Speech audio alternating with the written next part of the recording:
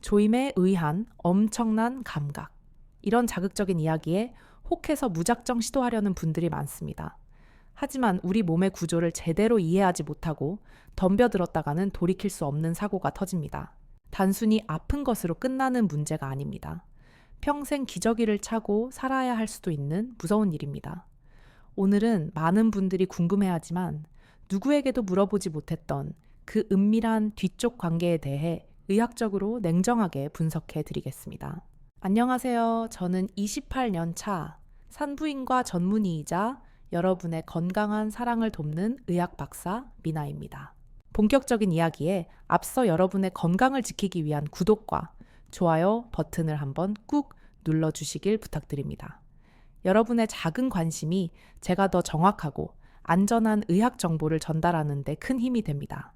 자, 이제 우리 몸의 가장 깊은 곳 이야기를 시작해 보겠습니다. 최근 진료실을 찾는 커플들 사이에서 이성 간의 뒤쪽 사랑이 점점 흔해지고 있는 것을 느낍니다. 예전에는 아주 극단적인 행위라고 생각했지만 이제는 색다른 즐거움으로 여기는 분들이 많아졌습니다. 실제로 영국과 미국의 통계를 보면 최근 몇 년 사이에 이 방식을 시도하는 커플이 2배 이상 늘었다고 합니다. 미디어나 영화에서 묘사되는 환상적인 이미지 때문에 남성분들이 호기심을 갖는 경우가 많습니다. 특히 여성의 그곳이 주는 강한 압박감이 색다른 만족을 준다는 소문 때문에 시도해 보려는 분들이 늘고 있습니다. 하지만 의사로서 저는 여러분께 낭만적인 환상보다는 냉혹한 현실을 먼저 말씀드려야겠습니다. 그곳은 원래 누군가를 받아들이기 위해 만들어진 기관이 아닙니다. 철저하게 우리 몸의 찌꺼기를 밖으로 내보내기 위해 설계된 배설 기관입니다. 앞쪽에 있는 여성의 통로는 태어날 때부터 아기가 나올 수 있을 만큼 엄청난 신축성을 가지고 있습니다. 피부 조직도 여러 겹으로 튼튼하게 되어 있고 마찰을 견딜 수 있는 구조입니다. 하지만 뒤쪽은 다릅니다. 이곳은 괄약근이라는 매우 예민하고 강한 근육이 입구를 단단히 지키고 있습니다. 이 근육의 목적은 단 하나 밖으로 나가려는 것을 막거나 내보내는 것입니다. 무언가가 안으로 들어오는 것을 허락하도록 설계되지 않았습니다. 그래서 억지로 진입을 시도하면 우리 몸은 본능적으로 거부 반응을 일으키며 근육을 더 꽉 닫아버립니다. 이때 무리하게 힘을 가하면 근육이 파열되거나 점막이 찢어지는 심각한 부상을 입게 됩니다. 2018년에 발표된 논문을 보면 이 위험성이 얼마나 큰지 알 수 있습니다. 모든 연령대의 여성에게서 발생하는 감염 질환의 약 28%가 이 방식과 관련이 있었습니다.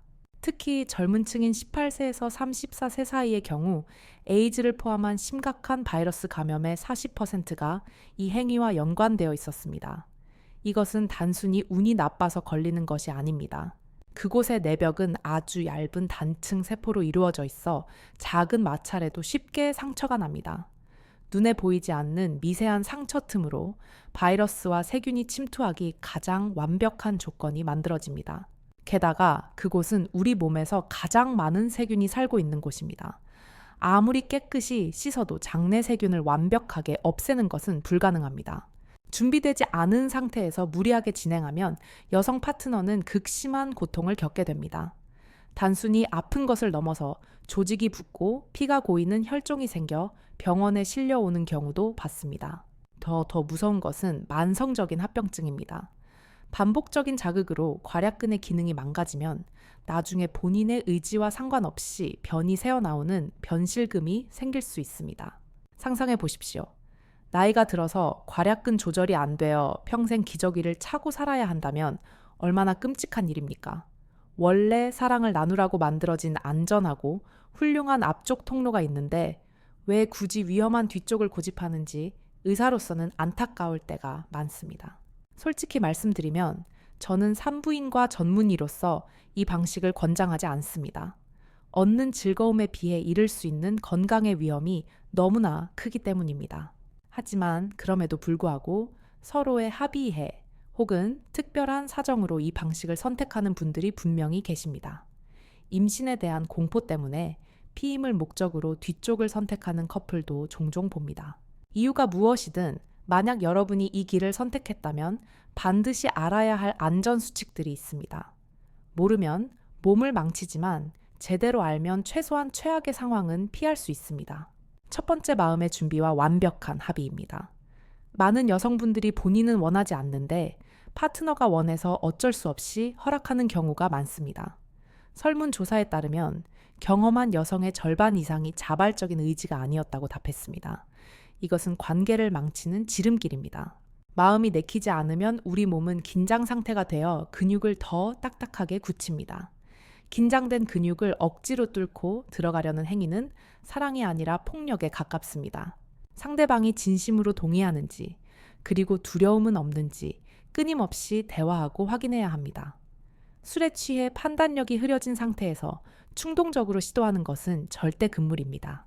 두 번째, 철저한 위생과 관장입니다. 우리가 화장실을 다녀와서 손을 씻는 것처럼 이 행위 전후에는 정말 철저하게 씻어야 합니다. 그곳에는 대장균과 같은 장내 세균이 상상할 수 없을 만큼 많이 살고 있습니다. 이 세균들이 만약 요로를 타고 방광으로 올라간다면 정말 끔찍한 일이 벌어집니다. 급성 방광염과 신우신염을 일으켜 며칠을 고열에 시달리게 할 수도 있습니다. 그래서 반드시 관계 전에 물로 깨끗하게 세척하는 관장을 권장합니다. 세 번째, 절대 교차 감염 금지입니다. 절대 잊지 말아야 할 철칙이 하나 있습니다. 뒤쪽으로 들어갔던 것을 그대로 앞쪽 여성의 통로로 가져오는 행동은 절대 금지입니다. 이것은 세균 폭탄을 여성의 가장 소중한 곳에 투하하는 것과 같습니다. 뒤쪽에 있던 대장균과 곰팡이균들이 앞쪽의 질 내부로 들어가면 심각한 염증을 일으킵니다. 질염 골반염, 심지어 불임의 원인이 될 수도 있는 아주 위험한 행동입니다. 만약 장소를 옮기고 싶다면 반드시 사용하던 것을 빼고 새 것으로 교체해야 합니다. 손을 사용했다면 비누로 깨끗하게 씻은 후에 다시 접촉해야 합니다. 귀찮다고 그냥 넘어가면 평생 후회할 병을 얻게 됩니다. 또한 성병 예방을 위해 콘돔 사용은 선택이 아닌 필수입니다. 네 번째, 충분한 윤활제의 사용입니다.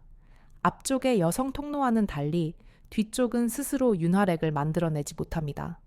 아무리 흥분해도 그곳은 메마른 사막처럼 건조할 수밖에 없습니다. 윤활제 없이 시도하는 것은 마른 피부를 사포로 문지르는 것과 같습니다. 피부가 찢어지는 고통과 출혈은 물론이고 치질이나 치열을 악화시킬 수 있습니다.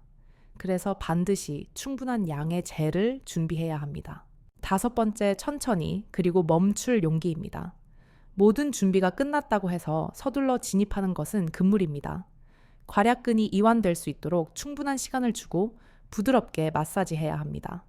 처음에는 손가락 하나 정도의 굵기로 시작해서 반응을 살피세요.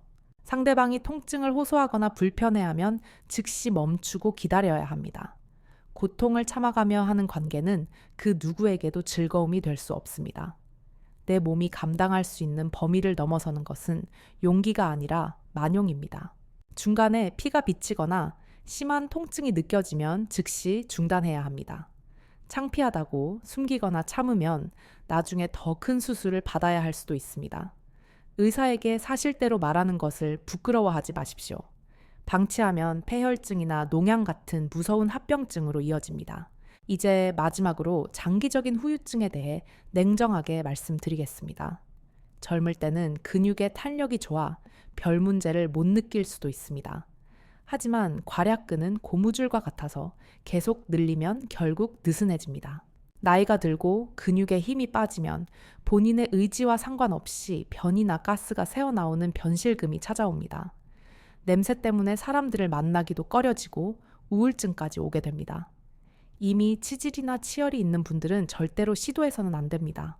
의학적으로 볼 때 그곳은 배설을 위한 기관이지 쾌락을 위한 기관이 아닙니다. 원래의 용도에 맞게 사용하는 것이 우리 몸을 가장 아끼는 방법입니다. 그럼에도 불구하고 파트너의 요구 때문에 고민하는 분들이 많습니다. 다른 사람들은 다 한다는데 왜 너만 싫어해? 라는 말에 속지 마세요. 그것은 가스라이팅일 뿐 여러분을 위한 말이 아닙니다. 싫으면 싫다고 분명하게 거절할 권리가 여러분에게 있습니다. 진정으로 사랑하는 사람이라면 당신의 거절을 존중해 줄 것입니다. 고통을 강요하거나 불쾌한 행위를 조르는 것은 사랑이 아닙니다. 내 몸의 주인은 나 자신이라는 사실을 절대 잊지 마십시오. 건강한 관계는 서로의 쾌락을 위해 희생을 강요하지 않습니다. 케겔 운동과 같은 골반 근육 강화 운동을 함께 해보세요. 이것은 남녀 모두에게 좋고 성 기능도 향상시킵니다. 위험한 행위보다는 이렇게 건설적인 노력으로 사랑을 키워가시길 바랍니다. 오늘 제가 드린 말씀이 조금 무겁고 직설적일 수 있습니다. 하지만 의사로서 여러분이 한순간의 호기심으로 평생을 후회하지 않기를 바랍니다. 다시 한번 정리해드리자면 저는 이 방식을 추천하지 않습니다. 얻는 것보다 잃을 수 있는 건강상의 위험이 너무나 크기 때문입니다. 오늘 영상이 여러분의 건강한 성생활에 도움이 되었기를 바랍니다. 현명한 판단으로 자신과 파트너의 건강을 지키시길 응원합니다. 혹시 더 궁금한 점이나 남들에게 말 못할 고민이 있다면 댓글로 남겨주세요. 제가 아는 선에서 최대한 성심성의껏 답변해 드리겠습니다. 구독과 좋아요는 저에게 큰 힘이 되고 여러분에게는 건강이 됩니다. 다음 시간에는 더 유익하고 실질적인 의학 정보로 찾아뵙겠습니다.